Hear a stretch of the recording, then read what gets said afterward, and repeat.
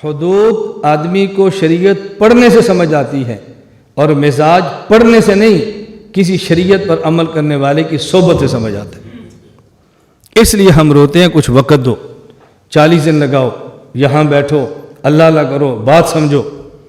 میں تو مدرس ہوں، مجھے کیا ضرورت ہے؟ میں تو خطیب ہوں، مجھے کیا ضرورت ہے؟ میں تو موت ہوں، مجھے کیا ضرورت ہے؟ بھئی آپ کو ضرورت نہیں ہے، ہمیں ضرورت ہے۔ ہماری ضرورت کے لیے ٹھہر جاؤ، ہم چاہتے ہیں ایسے بندے پیدا ہو جائیں، ہماری ضرورت ہے۔ تو حدود شریعت بھی سمجھیں اور مزاج شریعت بھی سمجھیں۔ اسی وجہ سے جماعتیں تباہ ہوتی ہیں، اسی وجہ سے ادارے تباہ ہوتے ہیں۔ میں ایک مدرسے کا مدرس ہوں، مجھے مدرس محتمم تنخواہ دیتا ہے اور میں سبق پڑھاتا ہوں۔ تنخواہ لے کر سبق پڑھانا یہ جائز ہے، یہ حد شرعی ہے، یہ شریعت کا ضابطہ ہے، قانون ہے۔ لیکن شریعت کا مزاج کیا ہے؟ پیسے لے کر پڑھاؤ یا مفت پڑھاؤ؟ بولو، شریعت کی خواہش کیا ہے؟ ان اللہ اشتری من المؤمنین انفسہم واموالہم۔ شریعت چاہتی ہے کہ جس طرح تم نے اپنی جان دی ہے اسی طرح اپنا مال بھی دو۔ ہم کہتے ہیں نہیں، ہم وقت تو دیں گے، مال نہیں دیں گے۔ حد شریعت ٹھیک ہے، مزاج شریعت یہ نہیں ہے۔ اب ان میں جوڑ کیسے ہوگا؟ ان میں جوڑ ایسی ہوگا، میرے گھر کی ضرورتیں ہیں، اگر میں مستقل مدرسے میں سبق پڑھاتا ہوں اور کماتا نہیں ہوں تو میری ضرورتیں پوری نہیں ہوتی۔ میں محتمم صاحب سے 10,000 15,000 20,000 تنخواہ لیتا رہوں اور رات کو تہجد میں روتا رہوں کہ یا اللہ میرا دل کرتا ہے میں تنخواہ نہ لوں، میں غریب ہوں، میرے پاس اسباب نہیں ہے، اللہ ایسے اسباب پیدا فرما دے کہ میں پڑھاؤں اور تنخواہ نہ لوں۔ اب آپ لیتے رہیں، کچھ گنجائش نکل آئی 20 سے 15,000 پر آ جائے، حضرت میرا گزارا ہوتا ہے 5 میں نہیں لوں گا۔ اللہ نے مزید کہیں سے وسعت دے دی، 5 اور چھوڑ دیں، میں 10,000 لوں گا، میرا گزارا ہوتا ہے۔ اللہ مزید وسعت دے دے، 10 کی حاجت نہیں، محتمم سے کہہ دو جی آئندہ میں پڑھاؤں گا لیکن تنخواہ نہیں لوں گا۔ اب محتمم کو ڈر کیا ہے؟ جب تنخواہ لیتا تھا تو پابند تھا، تنخواہ چھوڑ دی اب یہ گڑبڑ کرے گا۔ نہیں بھئی کچھ تو آپ لو، یہ ہمارے بزرگوں کا طریقہ ہے، کچھ تو لینا چاہیے۔ وہ یہ بات کیوں کہہ رہا ہے؟ تاکہ گڑبڑ نہ کرے، پابندی کرے۔ اس کو وہ ترتیب ہمارے اکابر کا طریقہ ہے۔ ہمارے اکابر کچھ نہ کچھ لیتے تھے، اپنے آپ کو پابند رکھ، بیٹا آپ کچھ لو، بزرگوں کا طریقہ ہے۔ ہمارے کتنے اکابر ہیں جو نہیں لیتے تھے، وہ بھی تو بزرگ تھے نا، لیکن وہ مجبور ہو کر ایسی باتیں کہہ رہے ہیں۔ اب مجھے بتاؤ ہمارا مزاج کیا ہے؟ آپ ہمارے پاس مدرس لوگوں، استاد جی تنخواہ کتنی دو گے؟ یہ شریعت کا مزاج نہیں۔ پڑھانا شروع کر دو، ہمارے ذمہ آپ کی تنخواہ کا خیال کریں۔ آپ 2 مہینے چل سکتے ہو، چلو، پھر آپ کو استاد جی ہمارا گزارا نہیں ہوتا، کچھ بڑھا دیں۔ میرا نہیں گزارا ہو رہا، میری مجبوری ہے، میرے حالات ایسے ہیں۔ ٹھیک ہے بھائی، کچھ تنخواہ بڑھا دو ان کی۔ ہمارا مزاج کیا ہے؟ تنخواہ لگ گئی، خطیب لگ گئے، مدرس لگ گئے، پڑھانا شروع کر دیا، اور جو ہی اللہ نے وسعت دے دی، تنخواہ کے محتاج نہیں ہے، فوراً پڑھانا چھوڑ دیں۔ کیوں؟ اللہ کا شکر ہے اب ہمارا کام چلتا ہے، میں ہنسا نہیں رہا، اللہ کا شکر ہے ہمارا گزارا ہوتا ہے، اب ہمیں محتمم کی TC کرنے کی ضرورت نہیں ہے۔ اس کا مطلب یہ ہے کہ پہلے آپ دنیا کے لیے پڑھا رہے تھے، اللہ کے لیے نہیں پڑھا رہے تھے۔ اگر اللہ کے لیے پڑھا رہے تھے، اب آپ کو مزید توجہ سے پڑھانا چاہیے، اللہ کا شکر ادا کرتے ہوئے، اور محتمم کے ساتھ مالی تعاون کرنا چاہیے، اپنا مدرسہ سمجھتے ہو۔ ہم نے اس پر ہی پیسے لگانے ہیں تو میں اپنا نہ بنا لوں، اس کے مدرسے پر ضرور لگانے ہیں۔ یہ مزاج شریعت نہیں ہے۔ تو حدود بھی سمجھیں اور مزاج بھی سمجھیں۔ مزاج سمجھ آتا ہے کسی شریعت سمجھنے والے، عمل کرنے والے کی صحبت ہے، اور حدیں سمجھ آ جاتی ہے پڑھنے سے۔ اس لیے پڑھنا کافی نہیں ہے، صحبت شرط ہے۔ اگر پڑھنے سے مسئلے حل ہوتے تو مولانا قاسم ننوتوی، مولانا رشید احمد گنگوہی جیسا بنتا، حاجی امداد اللہ مہاجر مکی کی قدم بوسی کبھی نہ کرتا۔ صرف پڑھنے سے مسئلے حل ہوتے تو مولانا شرف علی تھانوی جیسا بندہ تھانہ بھون جا کر کبھی ڈیرا نہ لگاتا۔ خدا کے لیے آپ اس بات کو سمجھو، اللہ کے لیے اس بات، میں اپنا نہیں کہتا میرے پاس ٹھہرو، مجھے دفع کرو۔ کوئی جو بندہ شریعت بھی سمجھتا ہے، طریقت بھی سمجھتا ہے، اس کے جا کر بیٹھ جاؤ۔ یہ تلاش کرو، تلاش کرو، عقیدے میں مستحکم کون ہے، عقائد میں پختہ کون ہے، عملی زندگی کس کی ٹھیک ہے، اور تجربہ کون رکھتا ہے۔ جاؤ اس کے قدموں میں جا کر بیٹھ جاؤ۔ میں ایک بات کہنے لگا ہوں، پہلے لوگ کہتے تھے، میں آج اپنے منہ سے کہتا ہوں، اور کہنے کا مقصد وہ میں بعد میں عرض کر دوں گا۔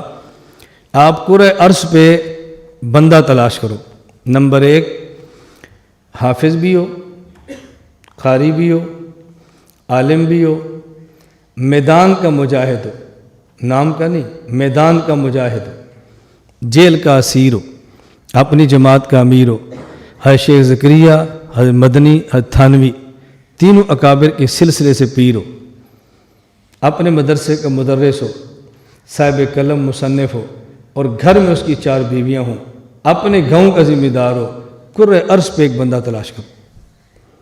جب مل جائے تو مجھے نام بتانا، اور جب ملے تو پھر قدر کرو، پھر اس کو گالیاں دے کے مسترد نہ کرو، اس کی ناقدری نہ کرو، اس کو دھکے مت دو، پھر اس کی قدر کرو۔ ایک وقت آئے گا تمہیں اللہ صفات عطا فرمائیں گے۔ یہ میں نے بات کیوں کی ہے؟ مجھے ایک صاحب کہتے ہیں کیا بعض باتیں اپنے منہ سے کہہ دیتے ہیں، اپنی باتیں خود کہہ دیتے ہیں۔ میں نے کہا آپ اس کو تعلی سمجھتے ہیں، عجب سمجھتے ہیں، خود نمائی سمجھتے ہیں، ریاکاری سمجھتے ہیں؟ تو مجھے یہ بتاؤ کہ شیخ زکریا کی آپ بیتی اب کس کھاتے میں ڈالو گے؟ کس کھاتے میں ڈالو گے؟ مفتی رشید احمد رحمۃ اللہ علیہ کی انوار رشید کس کھاتے میں اب ڈالو گے؟ مدنی کی نقش حیات کس کھاتے میں ڈالو گے؟ فرق کیا تھا؟ آپ ان کو بزرگ سمجھتے ہیں، ان کی بات کو اہمیت دیتے ہیں، ہمیں نہیں سمجھتے، ہماری بات ماننے کے لیے تیار نہیں۔ میں بعض مدارس میں جاتا ہوں، کبھی طلباء کا مدرسہ ہوتا ہے، کبھی طالبات کا ہوتا ہے، اور ہوتا ہے ختم بخاری، تو ان کا طرز کیا ہوتا ہے کہ ادھر سے تاریخ مولانا عبداللہ صاحب سے لے لی، ادھر سے مجھ سے لے لی۔ میں مثال دے رہا ہوں، تو استاد جی بیان آپ کریں گے، آخری حدیث شیخ الحدیث مولانا عبداللہ صاحب پڑھائیں گے۔ یہ فرق کیوں کیا ہے؟ وہ سمجھتے ہیں بھی بزرگ وہ ہیں، متقی وہ ہیں، شیخ وہ ہیں، سند ان سے ہو جائے، اور خطیب یہ ہے تقریر اس کی ہو جائے۔ پھر میں مذاق میں کہتا ہوں بھی آئندہ دفعہ تقریر بھی میں کروں گا، ختم بخاری بھی میں کروں گا، ذرا بخاری پر مجھے بھی بولنے دو، ہماری بھی بخاری سنو نا، ہماری بخاری بھی سنو۔ ایک دفعہ ایک بہت عجیب لطیفہ پیش آیا، میں بعض باتیں نجی مجلس میں سنا دیتا ہوں نام لیے بغیر، کھلے عام میں تھوڑا سا جھجکتا ہوں کہ کوئی منفی اس کا رنگ نہ لے لے۔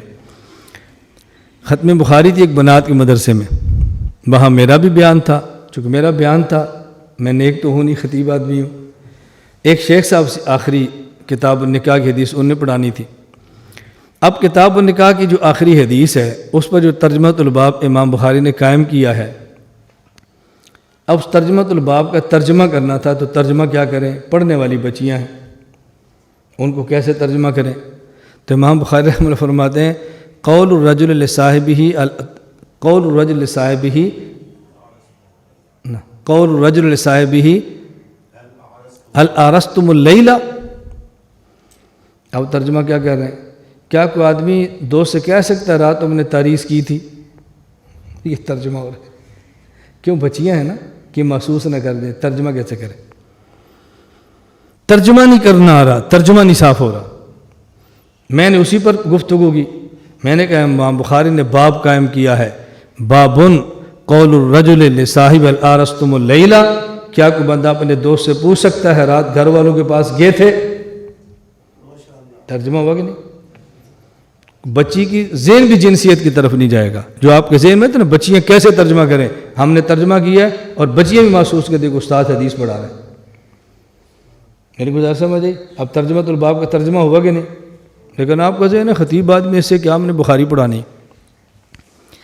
ہمارا ایک مدرسہ ہے ملیشیا، مظاہر علوم مدرسے کا نام ہے، مولانا طاہر، جیسے ہمارا ہوتا ہے نا خان سید بڑا خاندان، ملیشیا میں ہوتا ہے ون خاندان، مولانا طاہر ون یہ کہتے ہیں۔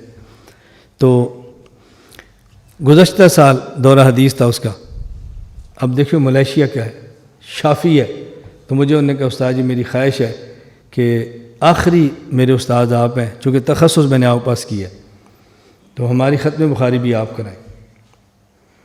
تو پھر غالباً یہ 22 اپریل 2016 تھا یا 23 تھا، ختم بخاری میں نے کرائی۔ انہوں نے کہا استاد جی ہماری خواہش ہے ہر دفعہ بخاری کی آخری حدیث آپ پڑھایا کریں طلبہ۔ علماء آئے، پھر میں نے نکات پیش کیے، پھر میں نے ترجمۃ الباب پہ بات کی، پھر حدیث کی بنیاد پر میں نے آدھا گھنٹہ بات کی۔